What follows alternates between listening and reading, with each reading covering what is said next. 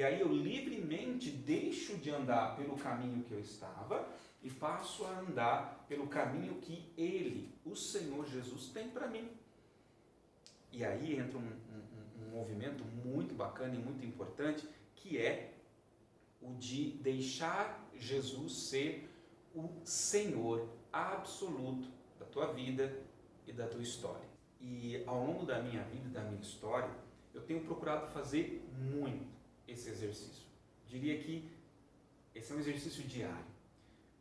Eu já não tenho dúvida de que o que Deus tem para mim é infinitamente melhor do que o que eu mesmo tenho. Portanto, eu procuro em tudo, na minha vida e na minha história, fazer a vontade de Deus. Seguir o que Ele tem ou o que Ele idealizou para mim.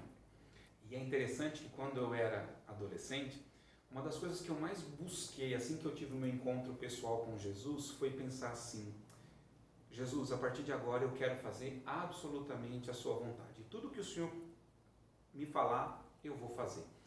E adolescente, eu trabalhava numa empresa de recursos humanos como office boy.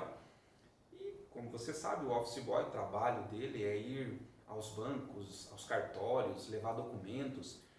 E muitas vezes eu saía para realizar a minha atividade, aquele sol escaldante, e pensa a maior alegria de um office boy é entrar num banco. Por quê? Porque você está naquele calor escaldante, você entra num banco, você se sente refrigerado literalmente por conta do ar-condicionado. Então era ali, quando a gente entrava no banco, eram uns 5 segundos ali de sentir aquele refrescor para depois retomar a atividade.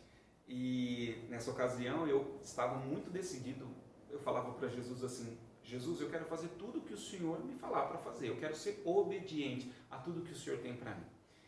E numa destas, eu entrei no banco, e nessa época os bancos, eles tinham aquelas faixas no chão, as pessoas formavam filas, e essas filas iam serpenteando assim, né, ao longo daquelas listras, daquelas faixas que tinham no chão.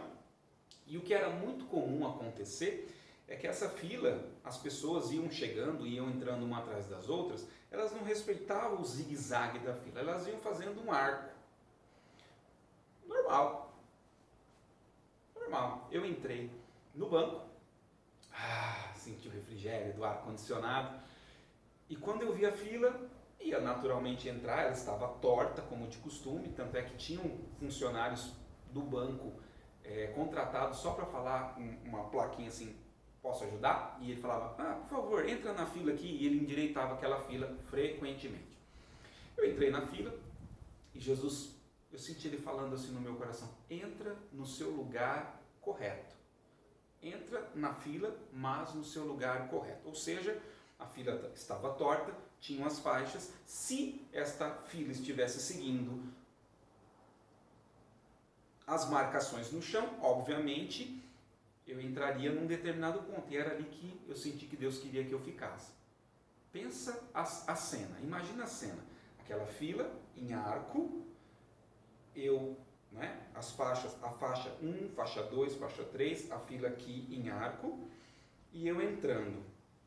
Guardei, respeitei a posição do último e fiquei aqui, né? O arco aqui e eu aqui. Óbvio, as pessoas ali riam, tiravam sarro, cochichavam umas com as outras, aquilo eu morria, morrendo de vergonha, meu sovaco queimava de tanta vergonha. Não sei se você já teve essa impressão, e eu falava: Jesus, eu te louvo, obrigado, Senhor, porque eu estou aqui, eu falei que eu vou obedecer e eu vou obedecer, obrigado, Senhor. E aí, fiquei naquela situação, de repente, entrou uma outra pessoa no banco, eu pensei comigo: pronto, agora acabou tudo, essa pessoa vai entrar atrás da fila, eu vou perder o meu lugar e nem meu trabalho eu vou conseguir fazer. Mas por incrível que pareça, essa pessoa, ao olhar para mim, na posição correta, porém fora da fila que estava torta, e olhar para a fila torta, ela veio atrás de mim e entrou exatamente no lugar certo da fila. Aquilo eu pensei: nossa, Jesus está falando com essa pessoa também, ela também está querendo ser obediente à voz de Deus.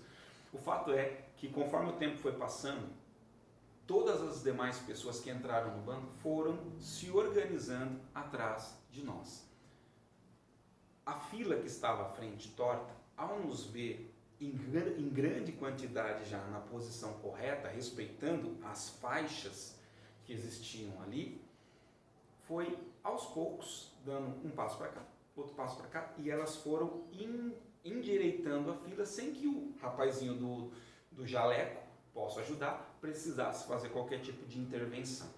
E naquele momento eu senti Deus falando muito comigo.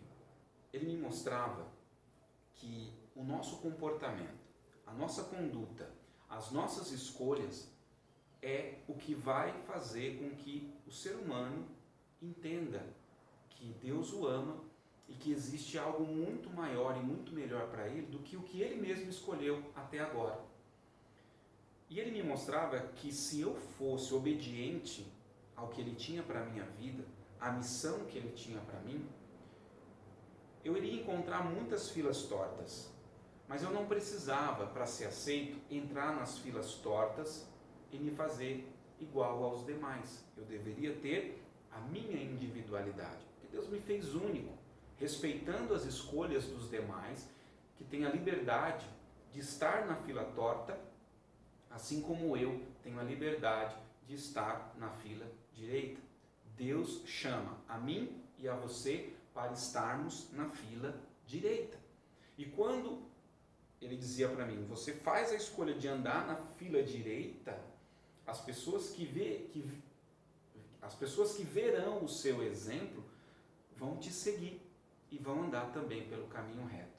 E aos poucos, as pessoas que estão na fila torta, ao olhar para você também e para os demais que vão começar a te seguir, vão sentir no coração o desejo e a vontade de também andar no caminho reto, na fila reta e não mais na fila torta.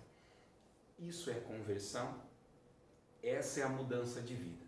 Abrir mão dos meus planos, dos meus projetos, dos meus sonhos, para viver os sonhos, os planos e os projetos de Deus.